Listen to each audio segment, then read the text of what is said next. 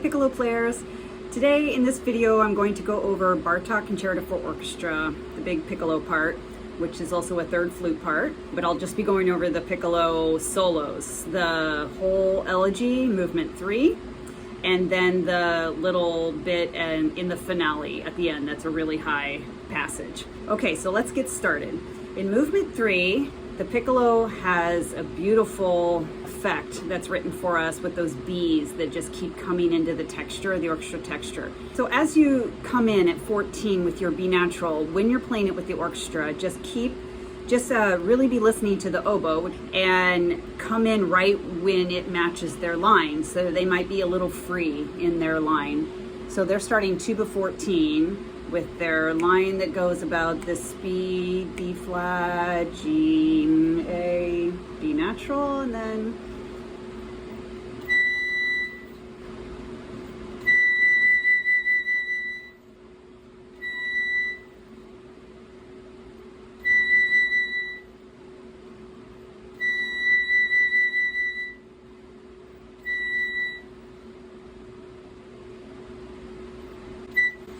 it's really hard to know how to make this interesting without overthinking it. Basically want to keep all the B's the same dynamic. It's soft, but it's a soloistic soft. It should be present, so don't worry about trying to be too soft, or having your entrance sneak in. It should very much be there. I think you can, or what I was doing just now is varying up the vibrato a little bit. It's done a whole bunch of ways. Some people just play flat, straight line the whole time. Or you can add a little vibrato on the longer notes. I think any of that's fine. The main thing that you want to make sure comes through though is that the eighth notes are shorter than the quarter notes. But everything's on the long side. Everything bleeds into your next rest. So at the entrance you have rest. B, rest, B, all the way into beat 2, rest, etc. So everything should just be very long and connected, except for the last B, bop. And try to resist the urge to put an accent on that B. It should be the same volume as the other B's, just short, that's all. And then you have a measure rest. In that rest, the clarinet for sure, and I think an oboe, just play ba, a really strong, straight, no vibrato, obviously clarinet, note. And then you come in with your D flat. It should match in tone color. So no vibrato. So right when you come in at the D flat,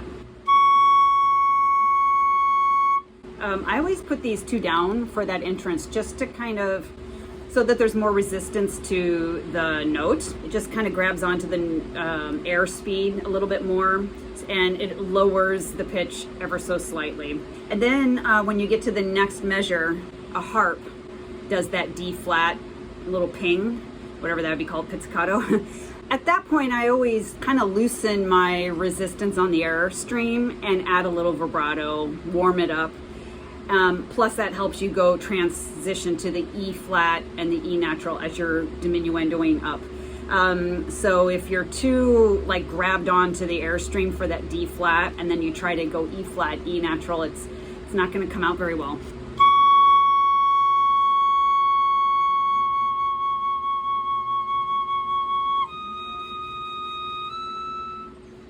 And it should ideally diminuendo into the ether.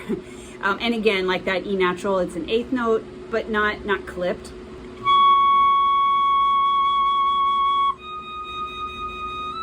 You don't want that, unless of course it's an accident, which happens all the time, like you might run out of breath or something.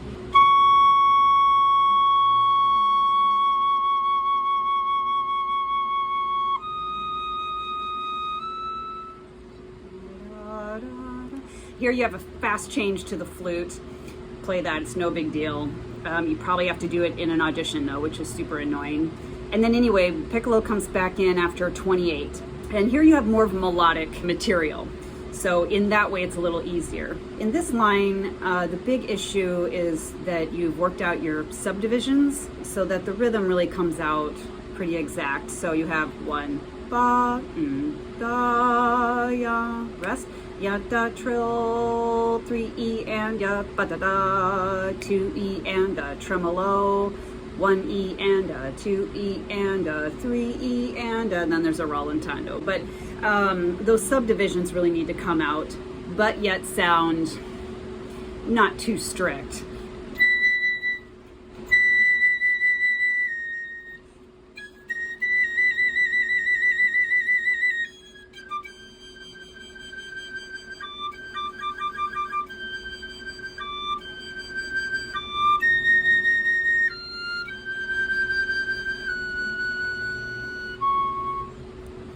Last D flat I didn't like, but things I'm thinking about, make sure you get a good breath before you start this whole line. There's really no place to breathe.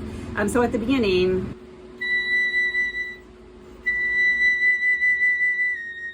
I mean, you can get a good breath here, but you don't have a whole lot of time. I would get your good breath at the beginning, and then of course take another breath at that second measure. And right here, some people do stop to maybe place the accent a little bit more. I don't like to do that unless your conductor asks you to do that. Anyway, that accent is important.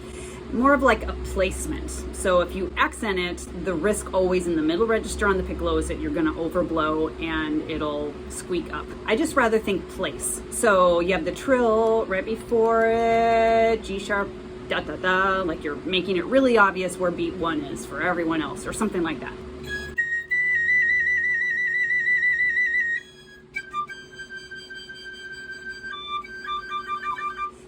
Whoops. This tremolo, I do the real fingering. And not too many GDs, just like, I don't know, 4, da da da da da da da da, maybe 5, whatever. You don't have to count them. You do have the option to just do a true tremolo fingering, which is you're leaving the first finger down and you're just doing these. That's acceptable and it's played all the time. And the recording I just listened to before I sat down to do this video was Boston Symphony. I forget the specifics, but anyway, the piccolo player there was doing an actual tremolo, so it just doesn't have as great of a tone. You know, you're doing that, you know, but if Boston Symphony's doing it, that's totally fine. I just like the sound better of real G to D fingering. It's a little harder though, because you have to coordinate this first finger coming up as these 3 go down. When you get to these last couple measures, really try to go to the B flat, even though the top of the crescendo is maybe the next G downbeat. But G, D, G, keep pretty on the softer side. And plus those 2 notes for me anyway, the G and the D, tend to be pretty sharp. So I'm just feeling like I'm sitting in them, in those notes. G, D, G, D, B flat. Plus that's the interesting note here anyway. And since my G and D are likely to be a tiny bit sharp, that B flat, if I just kind of make sure it's in the same intonation range as my G and D, it's good to just kind of go for that B flat.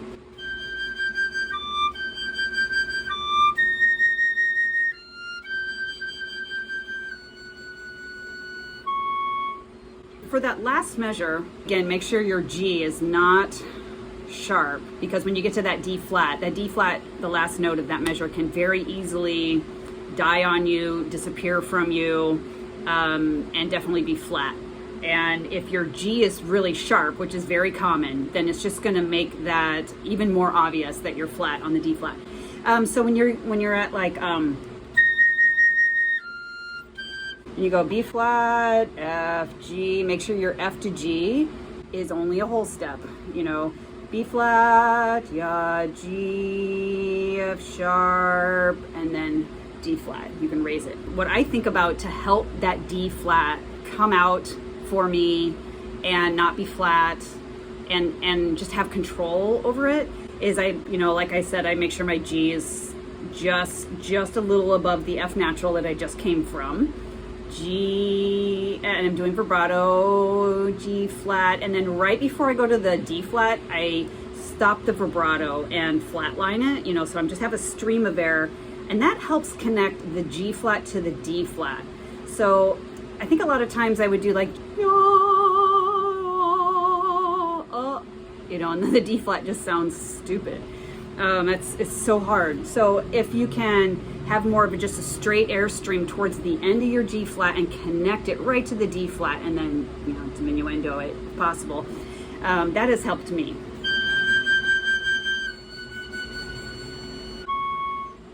And then from the G flat, I just noticed I did this just now, and I'm pretty sure I always do this. I just leave this finger down for the D flat. Why not?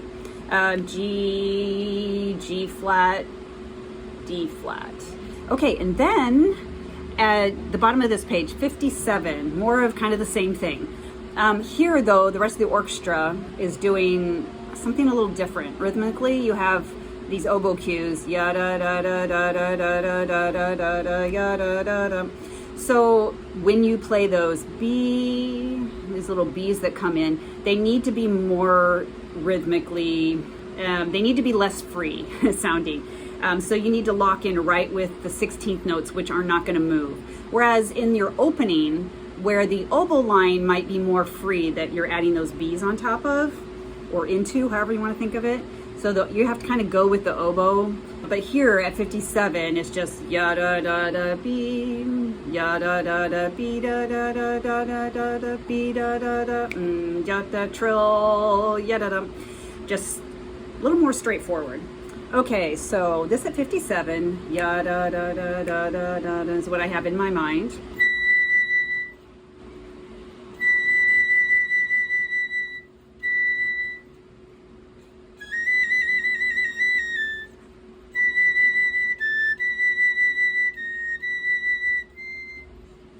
I know for myself that third measure in after 57, the second beat, it's easy to want to stay on that trill too long, going, but you're not gonna line up with everybody else in beat 3. This is only something I realized when I played it with orchestra a few times, whereas I had always just played it for auditions, and I would just really emote on that trill, ya da da, or whatever. When you're playing with the orchestra, you don't have time for that. It's just ya da da da trill, 3 da da. The last measure, though, of this line, it's slowing down, but you still have to take your subdivisions with you. Ya da da da da da da da da da bom. And that last C, I like to do an alternate C for that because I can taper it off nicely without the C going flat. And the alternate C I do is in the left hand, 1, 2, 3, no pinky.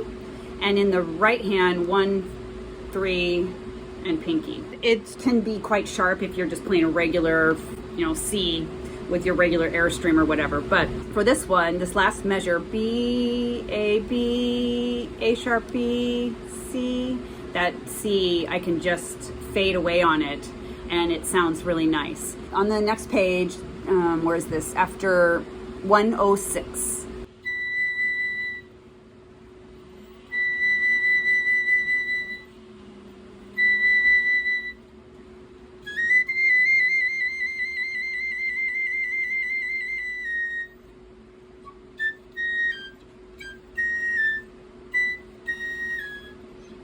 So some things to consider in this passage. After you do the B's, in the measure where you have the triplet, the 32nd note triplet, I would just think of that as a pickup to beat 3 for the C, tremolo or trill to the B. So you have in the beginning of that measure beat 1, 2, 1, 2, C. I wouldn't overthink that too much. And then trill 1, 2, but have it sound musical, beautiful. And the A sharp should be a little on the long side. Try to make it beautiful, the ending.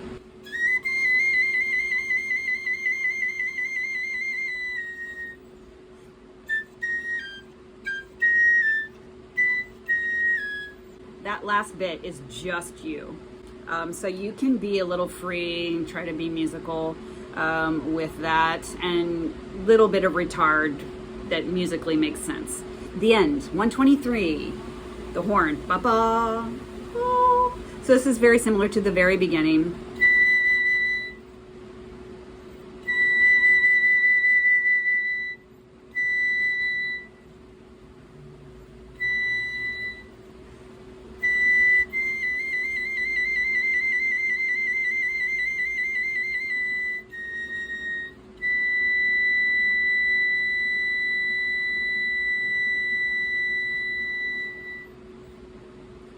The hard part, of course, is that diminuendo on that B. So the last three measures.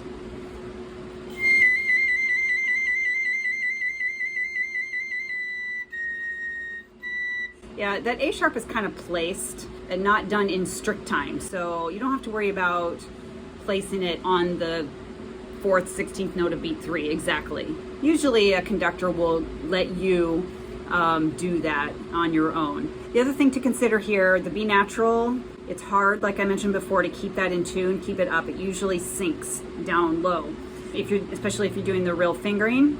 And I'll go over an alternate in a minute. But just make sure that A sharp right before it, which can be sharp, is not sharp. So just make sure your A sharp is not too high so that your B natural does not sound too low. So there is an alternate fingering for that last B, or any B, I guess. But I would only use it on this last B if you use it. It does help raise the pitch, and it makes it much more comfortable for sustaining that B and doing a diminuendo. I wouldn't, however, do this alternate B on throughout all the rest of the B naturals that you're doing in this third movement, because the tone color is so different. All the other notes are in and around it, or it's just going to stand out, that B natural. But anyway, this B natural alternate fingering is in the left hand, no thumb, and first, second, third, right hand, first, second, third, no pinky. So no thumb, no pinky. It raises it quite a bit. I had to really come down after I first played it. But you can really just sit in it and diminuendo pretty comfortably.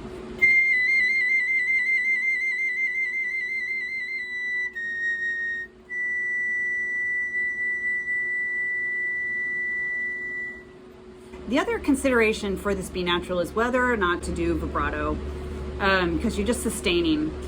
I know I've done it both ways. So what I prefer to do, if I can do it in an audition, well, either way, is to do a little vibrato on the beginning of the held B, and then straighten out my sound, and then let it fade out in a straight sound.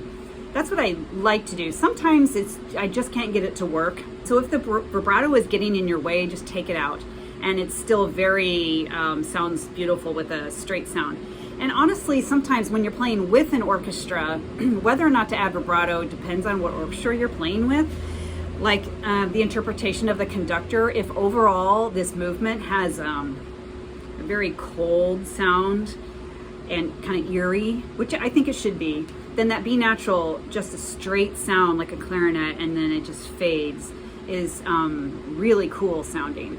But if overall the interpretation, or I don't know, other various factors in how the other solo winds are playing, if it has a warmer sound to it, a little bit more vibrato, then you might want to do some vibrato so that it just matches in the interpretation. But I think you could do either. I just would not do, however, vibrato all the way to the end, because you cannot do a really good diminuendo when you have vibrato on piccolo, and it sounds weird, I think, in this particular movement. So if I try to do vibrato,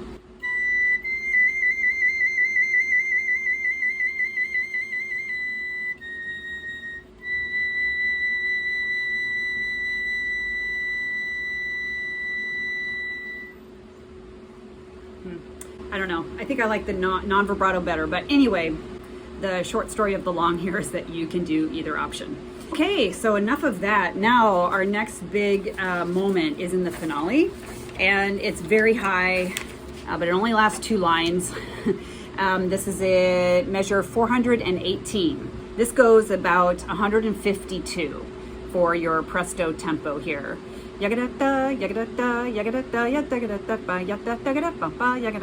Okay, so the challenge here is that you don't fatigue out your embouchure, because it's so extreme and going up to the high C, that you don't fatigue out your embouchure, overblow, get all spitty, do the thing as you're going through it. I think a lot of times it's easy to do all of those things because you have the yada-da-ba, yada-da-da, it's going up, and then the figure going up to the high C, yada-da, everything's going up. So we tend to want to blow through it, and that usually, I would say almost always, never works out on the piccolo. In this kind of figure where it's very high, a little awkward in the fingerings, you have those A flats, that you need to use an alternate fingering for a lot of the times. What I think about as I'm playing a passage like this is I think keep it to myself. In other words, I don't need to project. Everyone's gonna hear me. And so I don't blow out. I try to pretend almost like I'm playing to a shield in front of my face. Like I only blow to here, and keeping my embouchure as still as possible and breathing only when essential. So my breathing is at the beginning, obviously, at 418, yagadata, yagadata, and I catch a breath right at the beginning of the third measure. And then I do not breathe again until 426. It's better to do that if possible, because if you breathe like from the third measure, or try to get little catch breaths, try to get catch breaths in, you're going to disturb the embouchure. There's just no time. And for all the notes to speak with good sound, you just need to keep everything as still as possible and tiny in the embouchure. If I have to get another breath between the third measure and 426, sometimes I will take a breath 2 before 426, a little catch breath right there, but I really try not to. Okay, so let me put my earplugs in. Definitely always wear earplugs. When I'm practicing this, I mean, usually I have these custom earplugs.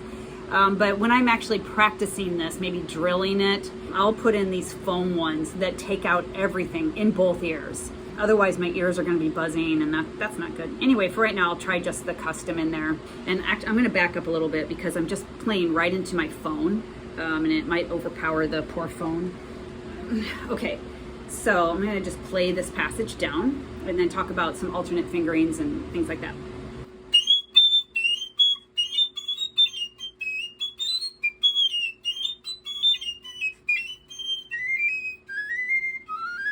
Okay, first of all, let me go over all the alternate A flats that I would use.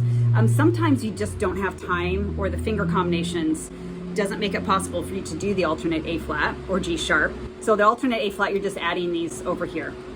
I definitely do the alternate A flat on the first A flat in 418 and in measure 419. So I'll go through here slow. Alternate on that. This next one, I just do regular fingering. I don't know why. Oh, because you're going to the B flat. And by that time, your airstream, basically, your airstream throughout this whole thing until 426 should be so super fast, but not tight in the embouchure.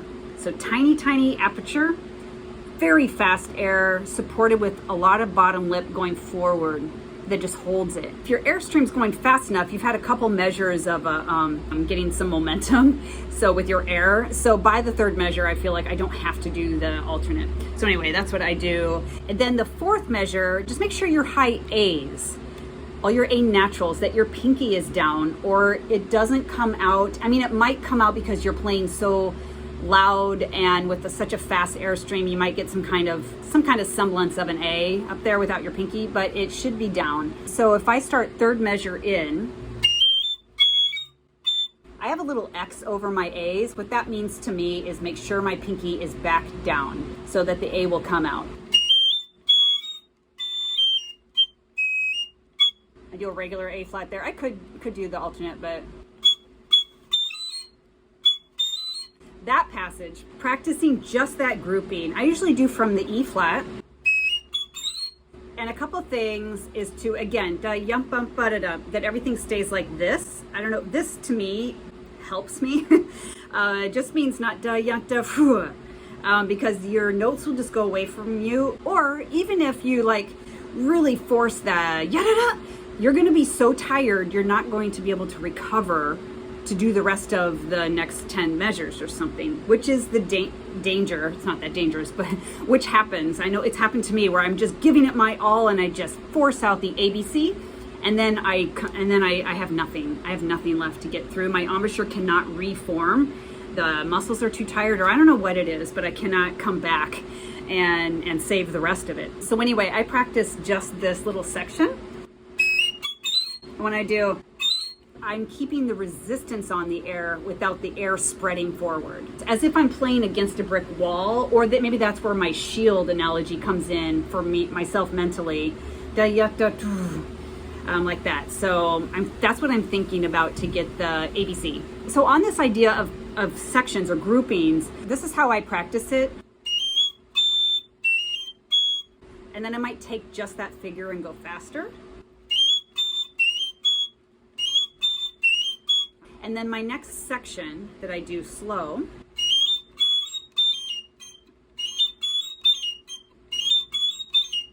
and then the next grouping,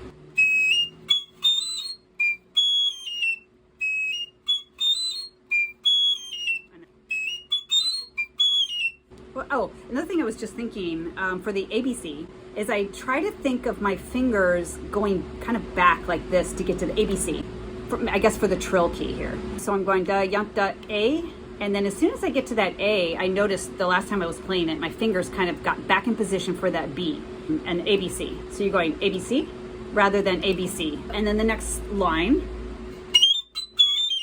we're out of the woods at 426 for those extreme high notes.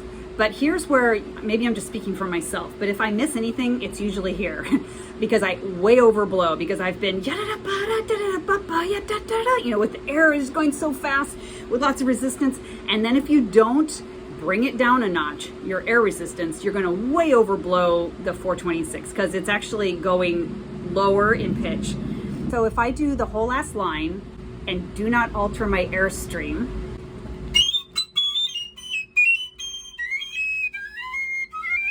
that's what it sounds like. Maybe with the whole orchestra, no one can hear you, but you'll know. So anyway, at 426, you just have to start to chill out and then kind of like refine where that B flat is. And going down each one, less and less amount of airspeed.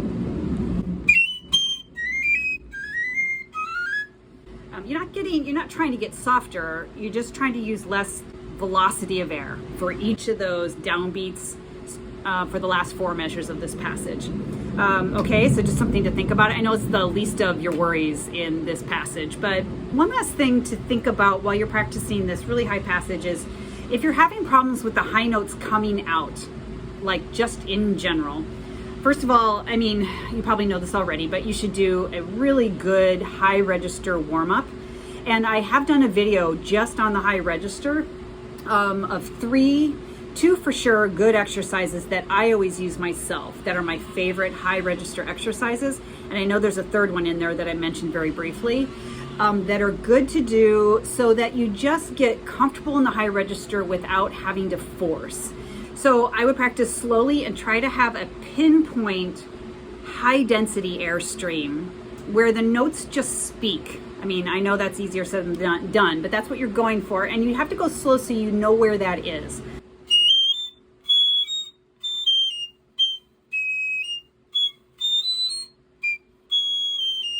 When I go that slow, all I'm thinking about is my air speed, basically being super efficient with your air. Okay, I think that is everything. So if you did find this video useful, please hit subscribe, and then you will be in the loop for future videos on practice guides on orchestral piccolo parts such as this one. And if anyone has any suggestions or requests of pieces you would like me to cover on the piccolo, please put that request in the comment section and I will definitely get back to you and do a video on the piece you are suggesting.